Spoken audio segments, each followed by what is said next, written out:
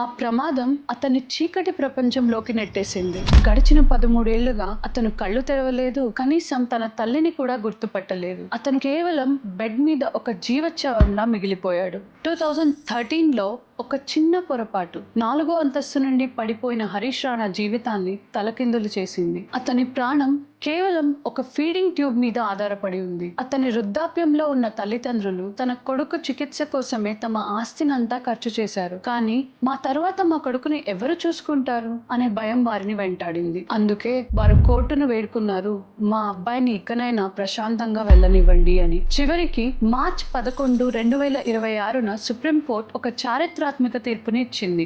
13 సంవత్సరాలుగా మంచానికి పరిమితమైన హరీష్ రాణా కారుణ్య మరణానికి సుప్రీంకోర్టు అనుమతించింది.